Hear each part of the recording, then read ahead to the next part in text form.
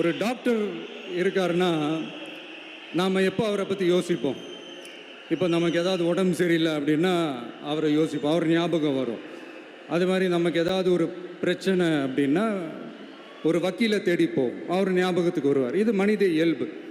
அந்தந்த பிரச்சனை வரும்போது நம்ம அவங்கவுங்கள தேடி போவோம். ஆனால் ஆன் அ டெய்லி பேசிஸ் நம்ம சும்மா சாப்பிடும் போது கூட நம்மளை அறியாமல் ஒருத்தவங்களை பற்றி நினைப்போம், நம்மளை அறியாமல் அவங்களுக்கு நாம் நன்றி சொல்லுவோம். அந்த மதிப்பிற்குரிய அந்த மனிதர்கள் வேற யாரும் இல்லை, விவசாயி விவசாயி விவசாயி.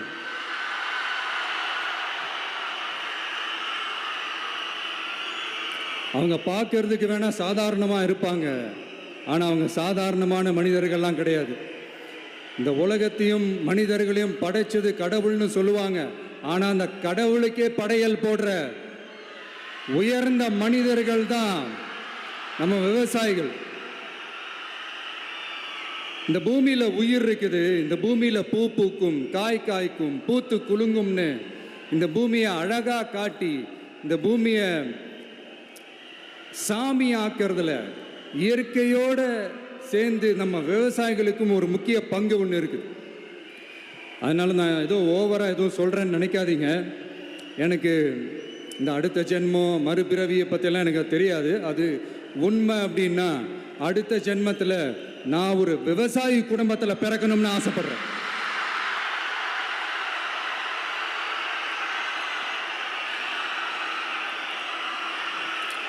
எனக்கு விவசாயத்தை பற்றி டீட்டெயில்டாக தெரியாது தான், நான் ஒத்துக்கிறேன். அதனால் மற்றவங்க மாதிரி நானும் டெல்டாக்காரன் தான் அப்படின்னு உங்கள் காதில் டால்டா ஊத்தலாம் நான் வரல.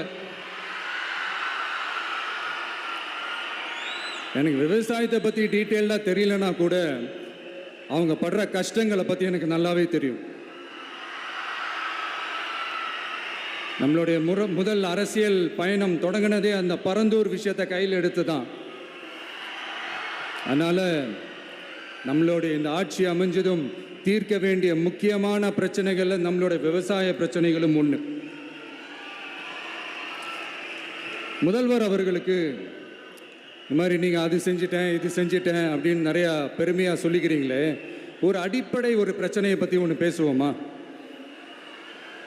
கொஞ்ச நாளைக்கு முன்னாடி ஐநா சபை ஒரு ரிப்போர்ட் ஒன்று வெளியிட்டிருந்தாங்க. அது கூட தினத்தந்தி நியூஸில் கூட வந்துச்சு. உடனே கூகுள் பண்ணி எதுவும் தேடாதீங்க, உங்கள் ஏஜென்சி வச்சு எதுவும் சர்வே கிர்வே எடுக்காதீங்க. எதுக்கு உங்களுக்கு சிரமம்? நானே என்னன்னு சொல்கிறேன்.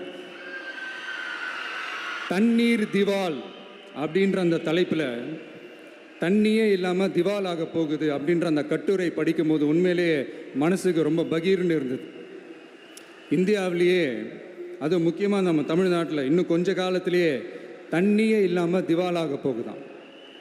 அதுக்கு காரணம் நிலத்தடி நீரை பாதுகாக்காமல் விட்டது தான் காரணமாக. மண்ணையும் மணலையும் கொள்ளையடிச்சா பின்ன வேற என்ன நடக்கும்? மலைகளை முழுகினா பின்ன வேற என்ன நடக்கும்? கனிம வளங்களை கொள்ளையடிச்சா பின்ன வேற என்ன நடக்கும்? இந்த மணல் கொள்ளையில் ஈடுபட்டவங்களை மேலே நீங்கள் சரியாக நடவடிக்கை எடுக்கலைன்னு அது போதுமானதாக இல்லை அப்படின்ட்டு சென்னை உயர்நீதிமன்றம் சொன்னிச்சே, மறந்துட்டீங்களா? இந்த மணல் கொள்ளை, கனிம வள கொள்ளை, இதுக்கெல்லாம் காரணம் மணல் மாஃபியா குரூப்பு தான் மதுரை உயர்நீதிமன்றம் அந்த கிளை சொன்னிச்சு. அதை மறந்துட்டீங்களா? இந்த மணல் மாஃபியா குரூப்புக்கு ஆதரவு அளிக்கிறது யாரு? உங்க திமுக கவர்மெண்ட் தானே. அது இல்லைன்னு சொல்ல முடியுமா? அவங்களோட டீலிங்ல இருக்கிறது யாரு? நீங்க தானே. அது இல்லைன்னு சொல்ல முடியுமா? தண்ணி திவாலாக போகுது, மணல் திவாலாக போகுது, கனிம வளம் திவாலாக போகுது. மொத்தத்தில் உங்க ஆட்சியில் தமிழ்நாடு திவாலாக போகுது. கடன் மேலே கடன் வாங்கிட்டு உங்கள் கவர்மெண்ட்டே குப்பராட்சி படுத்துக்குச்சு. உங்ககிட்ட பேசுறதும் ஒன்று தான். சரி, அதை விடுங்க.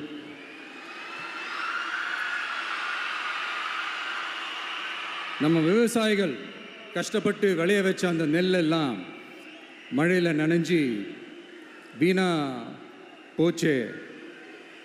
டெல்டாக்காரன்னு சொல்லிக்கிற நீங்கள் அதை எதாவது கவனிச்சிங்களா? அவங்களுடைய போராட்டம் எதுக்காவது கூட போய் நின்றுக்கிறீங்களா? கூண்டாஸில் மட்டும் போடுவீங்க. இதானே உங்களுடைய அந்த சாதனை. பரந்தூர் பிரச்சனை, உங்களுடைய உண்மையான நிலைப்பாடு என்ன? மேல்மா விஷயத்தில் உங்களோட உண்மையான நிலைப்பாடு என்ன? தமிழகத்தில் இருக்கிற எல்லா ஆறுகளையும் இணைப்போம், இந்தியாவிலேயே நாங்கள் தான் அதை பற்றி ஃபஸ்ட்டு யோசித்தோம் அப்படின்னு பெருமையாக சொல்லிக்கிற இந்த திமுக கவர்மெண்ட் அவங்களுடைய நாக் என்னன்னு சொல்லவா? இந்த மாதிரி பெரிய பெரிய திட்டங்கள்லாம் ஆட்சிக்கு வந்த உடனே செய்ய மாட்டாங்க. அந்த ஆட்சி முடிகிற டைமில், அந்த கடைசி 6 மாதம், அந்த 1 வருஷம், அந்த 1.5 வருஷத்தில் அதுக்கான திட்டத்தை கொண்டு வருவாங்க, அதுக்கான அடிக்கலை நாட்டுவாங்க. அதுக்கப்புறம் எலெக்ஷன் வரும், தோற்றுருவாங்க. கேட்டால் எங்கள் ஆட்சி தான் முடிஞ்சிருச்சே அப்படின்னு நாடகம் ஆடுவாங்க. இல்லை, நான் தெரியாமல் தான் கேட்குறேன். மக்கள் மேலே உங்களுக்கு உண்மையிலே அந்த அக்கறை இருந்துச்சுன்னா ஆட்சிக்கு வந்த உடனே இந்த மாதிரி பெரிய பெரிய திட்டங்கள்லாம் ஸ்டார்ட் பண்ண வேண்டியது தானே. அதனால் ஆட்சி முடியும் போது அடிக்கல் நாட்டுறது. ஓட்டுக்காக என்னென்னலாம் பேசுவீங்க, ஆனால் மக்கள் இதெல்லாம் நம்புறதுக்கு அவங்கன்னா ஏமாளிங்க நினச்சிங்களா? மக்களே, நம்மளுடைய ஆட்சி அமைஞ்சதும் இந்த மாதிரி பெரிய பெரிய திட்டங்கள்லாம் உடனே ஸ்டார்ட் பண்ணுவோம். அதை அந்த 5 வருஷத்துக்குள்ள அதை முடிக்கவும் ட்ரை பண்ணுவோம். ஸோ இப்படிலாம் நம்ம பேசினா, காவிரி பிரச்சனையில் உன் கருத்து என்ன, முல்லை பெரியார் பிரச்சனையில் உன் கருத்து என்ன, இப்படிலாம் அதெல்லாம் பற்றி உனக்கு என்ன தெரியுமா அப்படின்னு கேட்க ஆரம்பிச்சிருவாங்க. ஐயா, உலக மகா மேதைகளே, ROV, ரிமோட்லி ஆப்ரேட்டட் வெஹிக்கிள், அதை வச்சு தண்ணிக்குள்ளேயே போய் அணைகளோட உறுதித்தன்மையை ஆராய்ச்சி பார்க்குற வரைக்கும் நான் எல்லாம் தெரிஞ்சு தான் வச்சுருக்கிறேன். ஒருத்தன் சைலண்டாக இருக்கான், அமைதியாக இருக்கான்னா உடனே அவனுக்கு எதுவுமே தெரியாதுன்னு நினச்சிடாதீங்க. சும்மா கருத்து சொல்லிக்கிட்டு கம்பு சுற்றிக்கிட்டு இருந்தால் எல்லாமே நடந்துருமா? நசன் பேசி அதை கேட்டு மக்கள் வெறுத்து போயிட்டாங்க. உருப்படியா ஏதாவது யோசிங்கயான்னு மக்கள் நினைக்கிறத யாருக்கு தெரியுதோ தெரியலையோ, எனக்கு அது நல்லாவே தெரியுது. உரிய இடத்துக்கு போய் சம்பந்தப்பட்டவங்களோட பேசி அதுக்கான சொல்யூஷன் என்னன்னு தெரிஞ்சுக்கிட்டு அதை ப்ராப்பராக எக்ஸிக்யூட் பண்ணணும். அடுத்து, நம்மளுடைய கடல் விவசாயிகளான நம்மளுடைய மீனவர்களுடைய பிரச்சனைக்கு அப்பப்போ எந்திரிச்சு கடிதம் எழுதிட்டு திரும்ப தூங்க போயிடுவார். அவ்வளோதான், அதோட அது அப்படியே கிடக்கும். மானே, தேனே, பொன்மானே,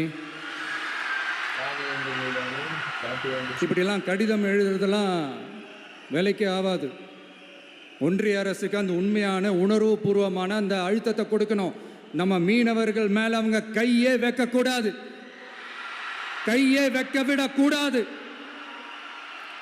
அவங்களுக்கான அந்த பாதுகாப்பு பக்காவாக இருக்கணும். அதுதான் நம்மளுடைய ஒரே அஜெண்டா. மீனவர்களே, அடுத்து நம்மளுடைய ஆட்சி தான்.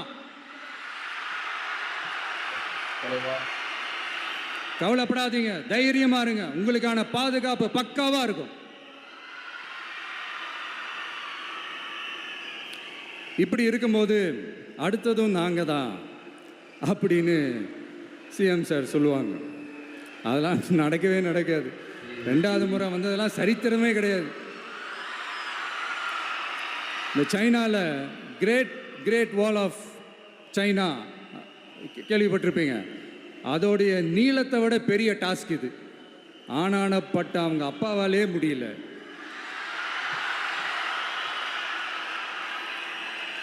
நான் முன்னாடியே சொன்ன மாதிரி உரிய இடத்துக்கு போய் சம்மந்தப்பட்டவங்களோட பேசி அதுக்கான சொல்யூஷன் என்னன்னு தெரிஞ்சுக்கிட்டா அதை எக்ஸிக்யூட் பண்ணுறது தான் ஒரு தெளிவான அரசியல். சும்மா ஆறுதல் சொல்கிறதெல்லாம் தெளிவான அரசியல்லாம் கிடையாது.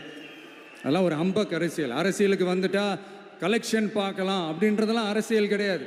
உண்மையிலே மக்களுக்கான அந்த உழைப்பு இருக்கணும். அதனால தான் நாம் அரசியலுக்கு வந்திருக்கிறோம். இது எதிரிங்களுக்கு நல்லாவே தெரியும். சதி என்ன தெரியுமா? இதை பாரு, ஒன்று நீ இல்லைனா நான் இல்லைனா நீ இல்லைனா நான். நமக்குள்ள வேற எவனும் நடுவில் வந்துடக்கூடாது. நாம 2